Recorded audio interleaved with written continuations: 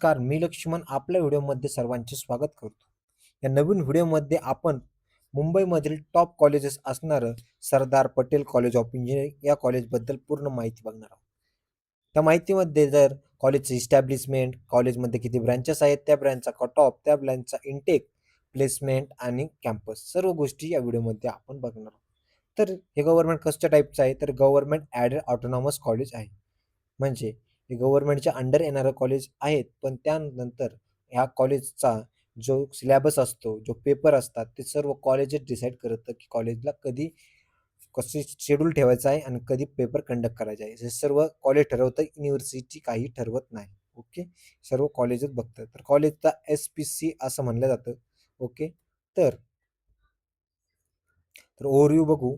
ओव्हरव्ह्यूमध्ये autonomous framework आहे. Okay. Heritage college आहे. खूप जुनं कॉलेज आहे याला म्हणलं जातं पुण्यामध्ये मुंबईमधील. तर त्याच्यानंतर कॅम्पसची कनेक्टिव्हिटी कशी आहे? तर कुठे आहे कॉलेज लोकेटेड आहे? तर भवन कॅम्पस मुन्सीनगर ह्या रोडला जे-पी रोडला अंधेरी वेस्ट मुंबई इथे कॉलेज लोकेटेड आहे. ओके.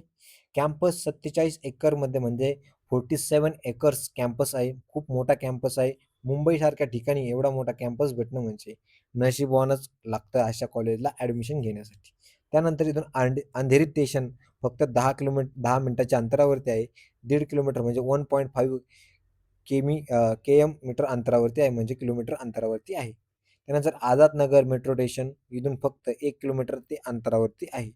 त्याच इथून सब्बर्न हंप इथून फक्त काही अंतरावरती आहे. तिथं शॉपिंग झोन्स आहेत. सर्व गोष्टी इंडस्ट्रियल एरियाज आहेत. त्यापैकी सर्व गोष्टी कनेक्टिव्हिटी, बेस्ट कनेक्टिव्हिटी बस आहेत. सर्व गोष्टी इथून कॅम्पसपासून जवळ आहे. कारण की हा कॅम्पस मुंबईच्या मेन एरियामध्ये येतो. ओके. त्यानंतर इथं कोणकोणत्या ब्रँचेस आहेत ते बघूया. तर या कॉलेजमध्ये फक्त 3च ब्रँच आहेत बी-टेकसाठी. इथं बी-ए आणि बी-टेकमध्ये काय डिफरन्स असतो, तो आपण एक नवीन व्हिडिओमध्ये बघू. बी-टेक म्हणजे जे ऑटोनॉमस कॉलेजमध्ये असतो सध्या इतकं बघूया. तर सिव्हिल इंजिनिअरिंग इथे एक ब्रँच आहेत, मेकॅनिकल इंजिनिअरिंग आणि इलेक्ट्रिकल इंजिनिअरिंग अशा 3 ब्रँचेस इथं आहेत. या तिन्ही ब्रँचमध्ये फक्त 60 आणि 60 सीट्स अवेलेबल आहेत. तर हे ब्रँचेस कधीपासून चालू झाल्या तर 1962 म्हणजे 1962 मध्ये सर्व ब्रँचेस चालू झाले आहेत. फक्त 3च ब्रँचेस आहे या कॉलेजमध्ये. ओके. त्यानंतर इथं ओपन आणि जनरलसाठी फीस आहे 84,000 पर इयर. ओके. त्यानंतर तुम्ही राजर्षी शाहू महाराज स्कीममध्ये इलिजिबल असाल, त्यासाठी इन्कम लागतं कमी 8 लाख पेक्षा खाली लागतं. तेव्हा तुम्हाला 50% कन्सेशन भेटलं जातं फीमध्ये. ओके. तुम्ही ओबीसी किंवा ईडब्ल्यूएस कॅन्डिडेट असाल, तुम्हाला फक्त 44,000 पर इयर इतकी फी भरावी लागते. एस-टी आणि एस-टी कॅटेगरीमधील असाल तर ₹500 पर इयर तुम्हाला फी भरावी लागते. या फीमध्ये थोडी व्हॅरिएशन येऊ शकते, कारण की हा डाटा प्रिव्हियस इयरचा असतो. त्यामुळे ज्या न्यू इयरमध्ये अकॅडमिक इयरमध्ये थोडेफार चेंजेस येऊ शकतात. त्यामुळे फीमध्ये थोडाफार चेंजेस येत असतो. ओके. त्यानंतर टी-एफ-डब्ल्यू-एस म्हणजे असतं ट्युशन फी माफ असते. त्यासाठी त्या सीटसाठी जो मुलं अप्लाय करणार आहेत, मुलींनी कोणीही या सीटसाठी अप्लाय करायचं नाही. ओके. त्यांच्यासाठी फक्त 15,000 पर इयर फी आहे. ओके. त्यानंतर बघूया कॉलेजचा प्लेसमेंट रेकॉर्ड्स कसे आहेत. ओव्हरऑल कोर ॲव्हरेज पॅकेज इथं 6.5 टू 8.2 एल-पी आहे. म्हणजे इथला कोरचा प्लेसमेंट एक नंबर छान आहे, कारण की तिन्ही ब्रँच कोरचेच आहेत. ओके. इथला हाय हाय प्लेसमेंट रेट आहे 85 टू 92% इतका इथला प्लेसमेंट रेट आहे. बाकीच्या कोणत्याही चांगल्या कॉलेजला असला इतका प्लेसमेंट रेट नाही. ओके. सर्व गोष्टी इथल्या छान आहेत. तर एनर्जी सेक्टरमध्ये कोणकोणत्या कंपन्या आहेत, जसं टाटा, पॉवर, सिमन्स अशा सर्व कंपन्या. इन्फ्रास्ट्रक्चर, स्टीलमध्ये ते एल-अँड-टी, लोढा ग्रुप. ओके. आणि जर ऑटोमेशनमध्ये बघितलं तर T-V-S motor, Mahindra and Mahindra आणि टाटा मोटर्स सारख्या जायंट्स कंपन्या यामध्ये येतात. त्यानंतर बघूया इथलं हायेस्ट पॅकेज किती आहे आणि इथलं ओव्हरचं ॲव्हरेज पॅकेज किती आहे. तर इथलं हायेस्ट पॅकेज गेलं होतं 18 एल-पी-ए. ओके. त्यानंतर बघितलं 18 एल-पी गेलं तर इथलं कोरचं ॲव्हरेज पॅकेज गेलं 6 कोरचं ॲव्हरेज पॅकेज आहे 6.5 एल-पी. इथं या कॉलेजमध्ये 120 प्लस या कॉलेजमध्ये कंपनीज व्हिजिट करतात. ओके. इथला 90% प्लेसमेंट रेट आहेत. ओके. इथला प्लेसमेंट एक नंबर आहे. ॲव्हरेज प्लेसमेंट रेट बघितला तर 90 आहे. ओके.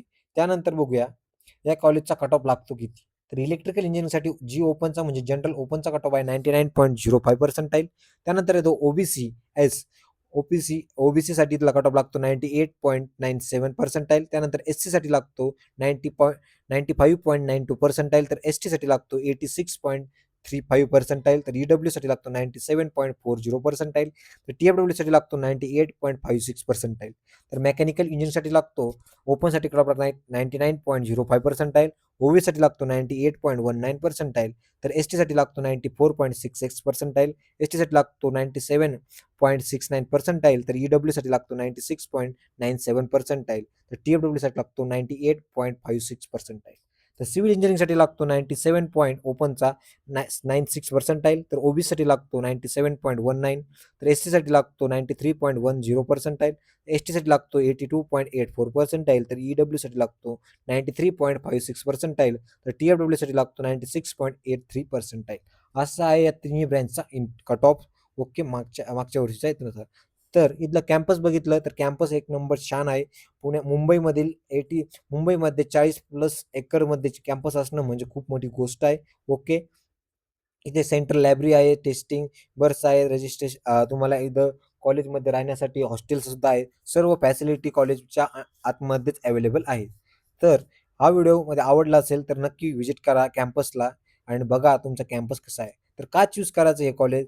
60+ इयर्सचा या कॉलेजची लिगेसी आहे, म्हणजे खूप जुनं कॉलेज आहे. ओके, अनबीटेबल कोर्सचा इथला ROI असतो, म्हणजे इथला जो प्लेसमेंट रेट आहे ROI, खूप विद्यार्थ्यांना ROI म्हणजे काय असतो तोच माहीत नसतो. ओके, प्राईम लोकेशनला आहे मुंबईच्या. ओके, अशा सर्व गोष्टी आहे की कॉलेज खूप छान आहे. इथलं प्लेसमेंट रेटनुसार तुम्ही या कॉलेजला नक्की ॲडमिशन घेतलं पाहिजे. ओके, त्यानंतर बघूया तुम्हाला काय क्वेश्चन असतील त्याचे नक्की आम्ही आन्सर द्यायचे प्रयत्न करू. ओके, व्हिडिओ आवडला असेल नक्की लाईक करा, सबस्क्राईब करा आणि शेअर करा. थँक्यू.